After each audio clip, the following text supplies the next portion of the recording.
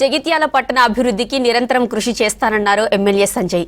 నియోజకవర్గాన్ని మెడికల్ హబ్గా చేసేందుకు మెడికల్ కాలేజ్, నర్సింగ్ కళాశాల, క్రిటికల్ కేర్ యూనిట్లను ఏర్పాటు చేస్తామన్నారు. గత ప్రభుత్వ హయాంలో బిల్లులు రాక కాంట్రాక్టర్లు ఆత్మహత్య చేసుకున్న పరిస్థితి ఉండేదన్నారు. ప్రజా సర్కార్ అధికారంలోకి వచ్చిన తర్వాత 4520 డబుల్ బెడ్రూమ్ ఇండ్లను పేద ప్రజలకు అందుబాటులోకి తెచ్చామన్నారు.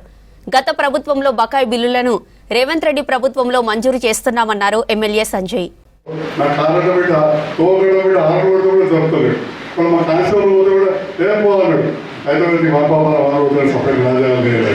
ఈ లోపల కూడా కంప్లైంట్ ఇచ్చి పోలీస్ కంప్లైంట్ ఇచ్చాడు. ఆ కేసు బుక్ మళ్ళీ పోగా వచ్చి ఇక్కడ ఉంటున్నాం. బాగా చెప్పు మా తమ్ముడు సరే పంపించమంటాడు. సో ఆఫీసులో ఉంటుంది ఏం చేస్తాం కానీ చెప్తున్న విషయం మంచి ఉంటే కూడా కొన్ని బాధ. కానీ ఏదన్నా ప్రజలు అందుకే కావచ్చు నాకు అందరూ చుట్టుపక్కల అందరూ కూడా మీరందరూ కూడా చెప్పారు.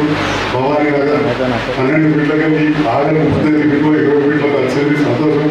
ఇంటి కోసం పెంచుకోవాలి. మరి ఒక్క రోడ్డు లేకుంటే ఒక్క బోర్డు లేకుంటే ఒక్క రోడ్డు లేకుంటే ఒక్క బోర్డు లేకుంటే అవన్నీ దాదాపు 2.5 కోట్ల రూపాయల పనులు చేశారు.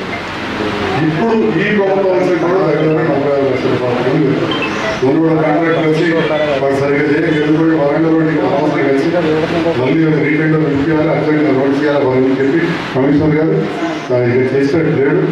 రీటెండర్ పిలిపించాలని చెప్పి కూడా తెలియజేస్తూ మరి ఈరోజు మంచిగా కార్యక్రమాలు ఏర్పాటు చేసినందుకు ధన్యవాదాలు.